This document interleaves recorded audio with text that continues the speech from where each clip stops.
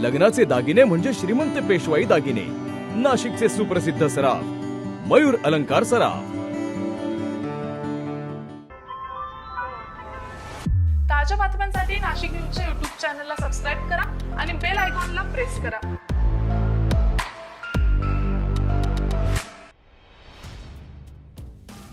देशात लोकसभा आणि विधानसभेच्या निवडणुका एकत्र घेण्याची तरतूद असलेले 129वे घटना दुरुस्ती विधेयक मंगळवारी केंद्र सरकारनं लोकसभेत मांडले। विरोधी पक्षांनी या विधेयकाला तीव्र विरोध केला। या विधेयकावर सखोल विचार विनिमयासाठी हे विधेयक संसदेच्या संयुक्त समितीकडे पाठवले जाणार आहे। कायदा मंत्री अर्जुन मेघवाल यांनी 129वी घटना दुरुस्ती विधेयक 2024 तसेच याच्याशी संबंधित केंद्रशासित प्रदेश कायदा दुरुस्ती विधेयक 2024 एकत्रित मांडलेलं। या विधेयकांना विरोधी पक्षांनी तीव्र विरोध दर्शवला। विधेयकावर घेण्यात आलेल्या मतविभागणीनुसार विधेयकाच्या बाजूने 269 तर विरोधात 198 मते पडली।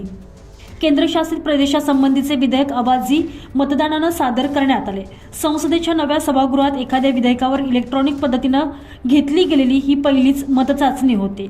यावेळी विरोधी पक्षांनी सभागृहात तीव्र विरोध सुरू केला। या दरम्यान गृहमंत्री अमित शहा यांनी हे विधेयक मंत्रिमंडळाच्या बैठकीत मांडलं गेलं।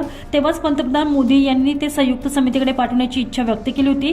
हे विधेयक मांडण्याच्या मतदानावेळी भाजपचे 20 खासदार अनुपस्थित होते। त्यांच्या अनुपस्थितीबद्दल भाजप चौकशी करणार आहे असं म्हटलेलं आहे। तर काँग्रेससह इतर विरोधी पक्षांनी या विधेयकाला विरोध करताना आरोप केलाय की हे विधेयक म्हणजे संविधानाच्या मूळ रचनेवरच हल्ला आहे, तसेच देशाला हुकुमशाहीकडे नेणारे हे पाऊल आहे। विधेयक संसदेच्या संयुक्त समितीकडे पाठवण्यात यावं अशी आग्रही मागणी या विरोधी पक्षांनी केलेली आहे। तर लोकसभा विधानसभा निवडणुका एकत्रित घेण्यासंबंधीच्या या विधेयकामुळे राज्याच्या अधिकारांवर कोणताही परिणाम होणार नाही। उलट हे विधेयक संपूर्ण घटनात्मक असल्याचा दावा कायदा मंत्री मेघवाल यांनी केला आहे।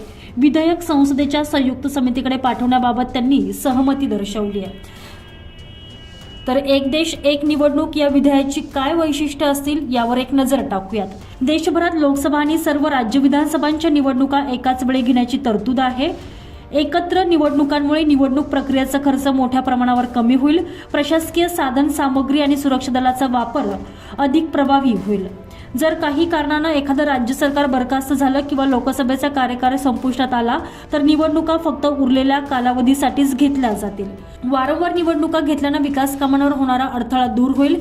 निवडणुकीतून सुटका मिळाल्यावर सरकारांना सतत कामकाजांवर लक्ष केंद्रित करता येईल। ब्युरो रिपोर्ट, नाशिक न्यूज, नवी दिल्ली।